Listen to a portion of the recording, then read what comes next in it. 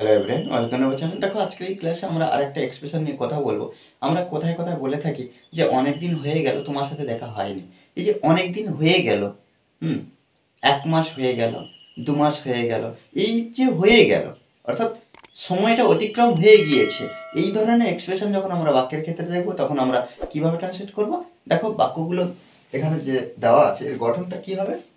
প্রথমে বাক্যটা দেওয়া আছে, ফুটবল খেলেছি অনেক দিন হয়ে গেল। এই যে অনেক দিন হয়ে গেল, তোমার সাথে কথা বলেছি ১ মাস হয়ে গেল, বা তোমার সাথে কথা বলা ১ মাস হয়ে গেল। এটা অটোমেটিক যেন কাজটি হয়ে গেছে, অনেক সময় ধরে অতিক্রম হয়েছে। এই ধরনের বাক্য থাকলে আমাদের যে গঠন করতে হবে সেই গঠনটা কি? প্রথমে sentence,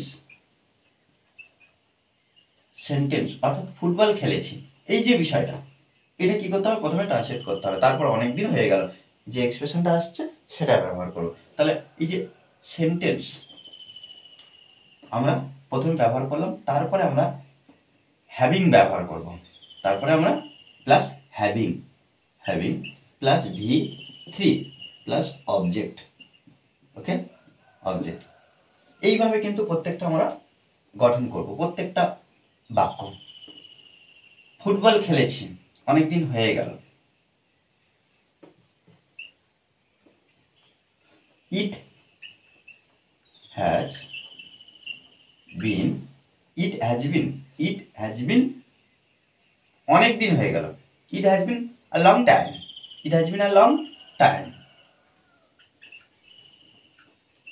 time, it has bin a long time. এই যে লং টাইম, অনেক দিন, দেখো ইট হ্যাজ বিন এরপর আমরা কি করছি? লং টাইম, অনেক দিন, অনেক দিন হয়ে গেল, এটা হলো। তারপরে আমরা কি করব? এই যে হ্যাভিংটা ব্যবহার করব। সেন্টেন্সের পরে আমরা কি করছি? না, হ্যাভিং ব্যবহার করছি। লং টাইম, হ্যাভিং, হ্যাভিং, তারপরে ভার্ব থ্রি, ভার্ব থ্রি অর্থাৎ বাক্যের মধ্যে যে ভার্বটা পাবো সেই ভার্বটা তার পাস্ট পার্টিসিপল করতে হবে। এখানে ভার্ব কোনটা? এই যে খেলা, খেলেছি, খেলা অর্থাৎ প্লে মানে খেলা, প্লেড, ইডি যুক্ত করছি, ইডি, ইডি যুক্ত করলে পাস্ট পার্টিসিপল ফর্ম হয়ে যায়, প্লেড। এবারে অবজেক্ট V3 পরে আমরা কি করবো? না, অবজেক্ট বসাবো। কি অবজেক্টটা? কি খেলেছি, কির উত্তরটা আসছে ফুটবল, এখানে আমরা ফুটবল লিখব। ওকে, এইভাবে কিন্তু আমাদের প্রত্যেকটা বাক্য গঠন করতে হবে। তোমার সাথে কথা বলা ১ মাস হয়ে গেল, ১ মাস হয়ে গেল, তাহলে কি? তোমার সাথে কথা বলা ১ মাস হয়ে গেল। একইভাবে কি করব? ইট হ্যাজ বিন, তবে কি কতদিন হয়ে গেল, কত সময়? ১ মাস, মান্থ, মান্থ, এখানে সময়টা বসানো হয়ে গেল ১ মাস।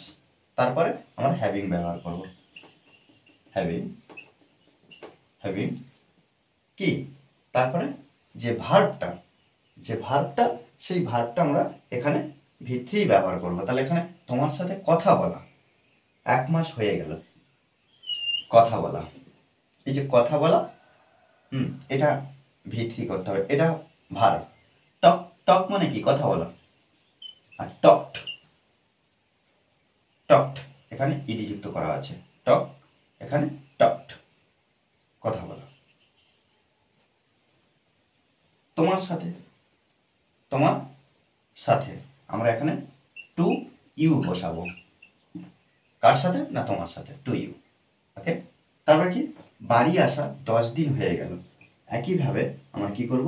ইট হ্যাজ বিন 10 ডেজ, এই যে 10 দিন, 10 ডেজ, হ্যাভিং, হ্যাভিং। এবারে আমরা ভার্বটা ব্যবহার করব। এই যে আসা, আসা এর ভার্ব থ্রি কি? এর ভার্ব থ্রি হলো কাম, এটা হলো V1, তারপরে কেম, এটা হলো V2, আবার এই যে কামটা 3 নম্বর চলে যাবে। একইভাবে কাম। তাহলে কাম, কেম, কাম। V3 V1 আর V3 একই, V2 হলো কেম। তাহলে এখানে আমরা কি করব, হ্যাভিং কাম। বাড়ি আসা, এই যে আসা, বাড়ি আসা, ইন হোম। ওকে। ইংরেজি প্র্যাকটিস করা 1 মাস হয়ে গেল, একইভাবে আমরা বসিয়ে দেবো ইট হ্যাজ বিন।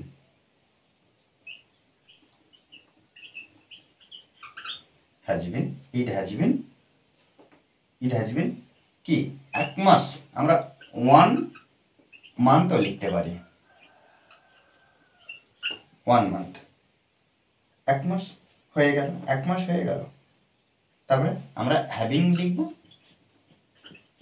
হ্যাভিং একদম গঠন অনুযায়ী সুন্দরভাবে আমাকে সাজাতে হবে একটা বাক্যকে। It has been 1 month having practice. আমরা এটা হলো ভার্ব, প্র্যাকটিসড,